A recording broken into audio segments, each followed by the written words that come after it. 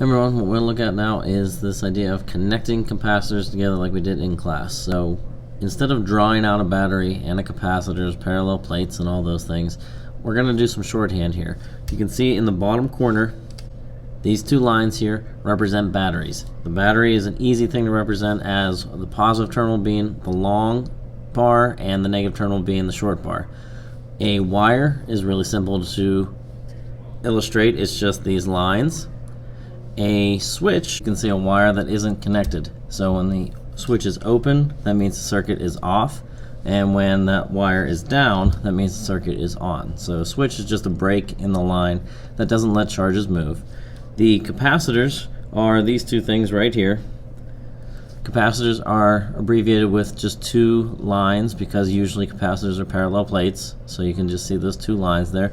And they might be written with the units for capacitance next to it, 6 microfarads, 12 microfarads, and you can see the batteries labeled with the voltage for that battery.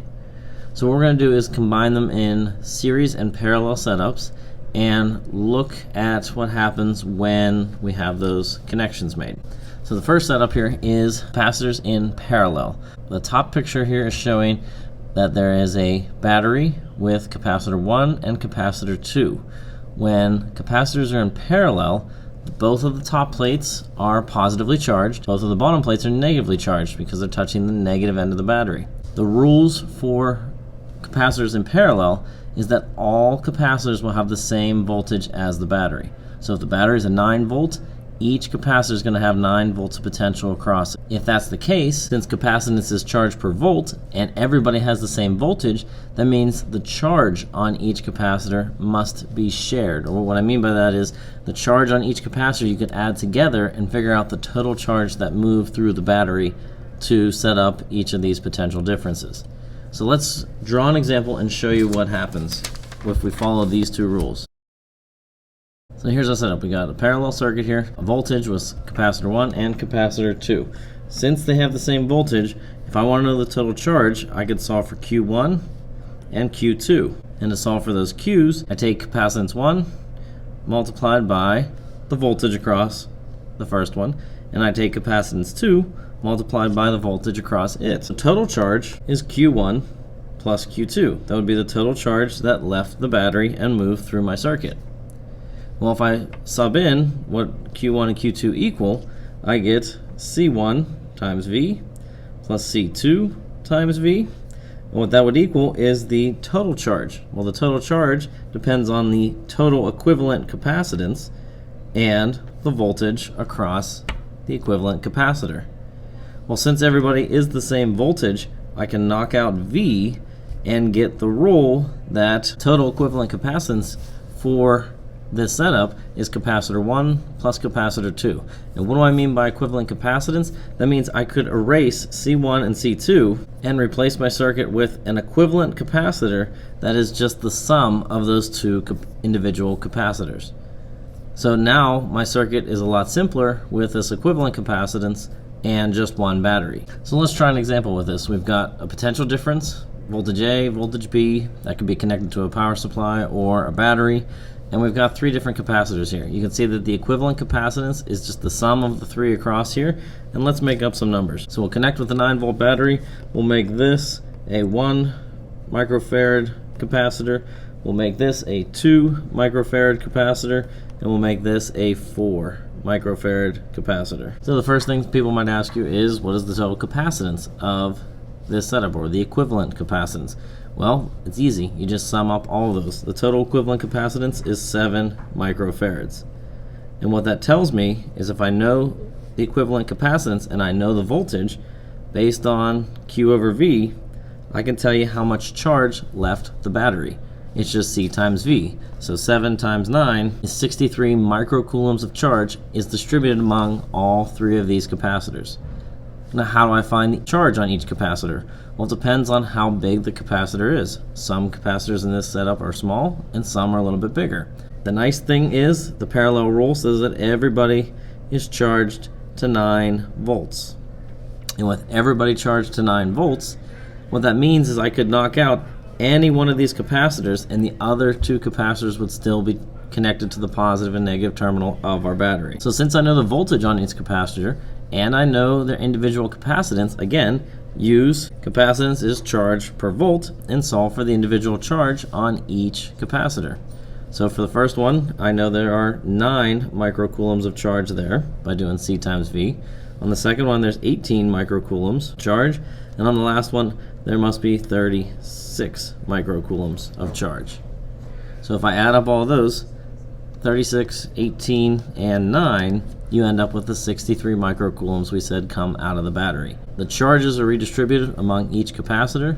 The one that has the highest amount of charge is the largest capacitor. It has the biggest ability to hold on to charge. And the highest voltage, that's a trick question. They're all the same voltage.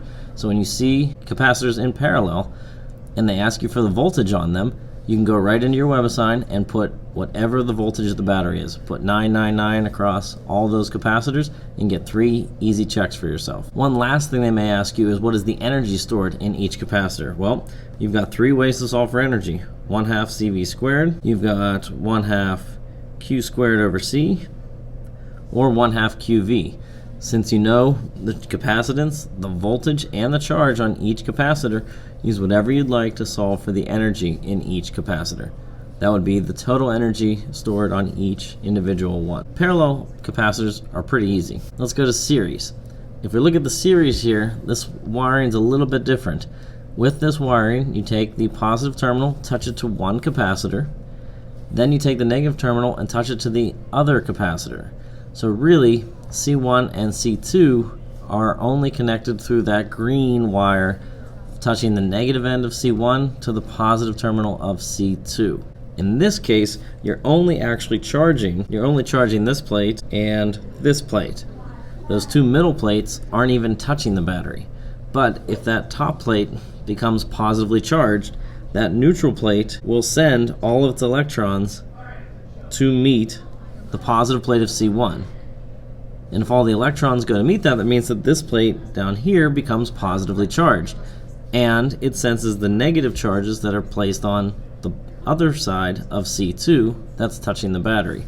It's kind of the reverse rules for series. In this case, both capacitors have the same charge. One capacitor can't be charged more than another one since they're all connected to each other. If one had more charge than another, then you'd have to redistribute until you get to the same amount of charge. But what's going to happen now is we're going to share the voltage. We're going with that example up there. If it's a 12-volt battery and these are the same capacitors, they're going to split the amount of voltage that each one has on them. So like I said, when we hook up this setup, the left side of plate 1 becomes positive and the right side of plate 2 becomes negative.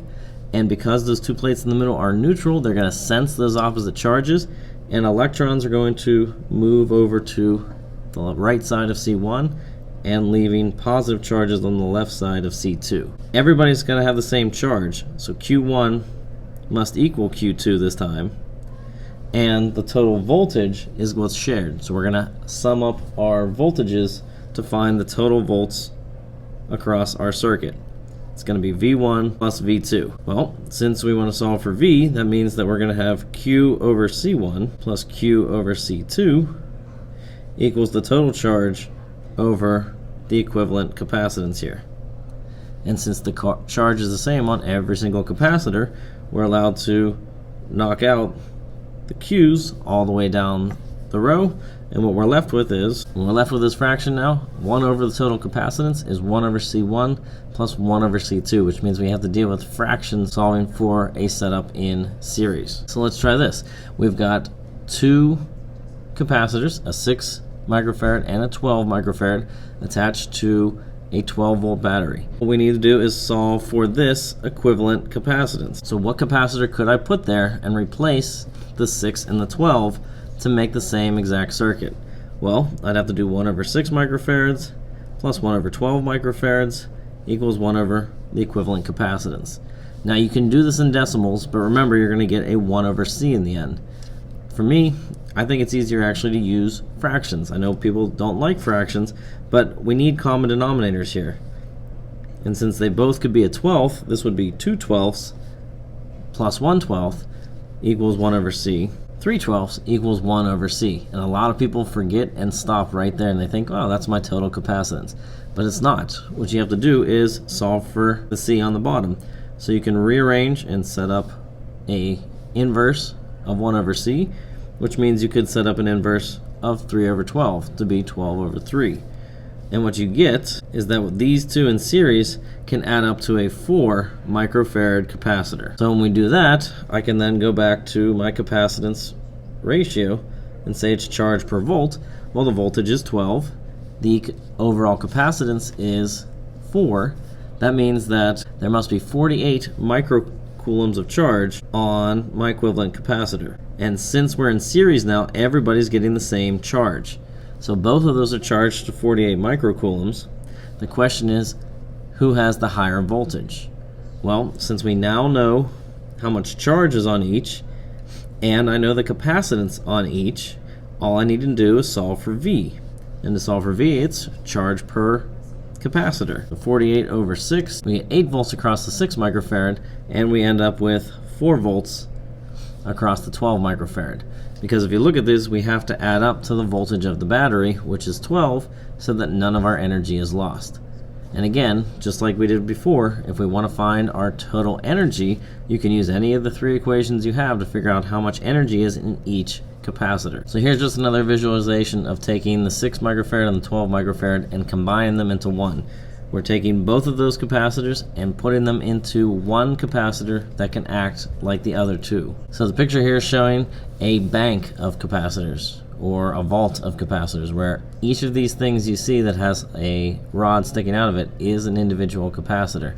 And they're all either hooked in series or parallel so that they can all be discharged at once, depending on how much energy you need for your circuit. So the nice thing about when we have a series circuit and you have a series question on your WebAssign is, if you have a series circuit and you want to know the charge on each, if you solve for the total charge that passed through the battery, you will have the charge on each of the capacitors in a series.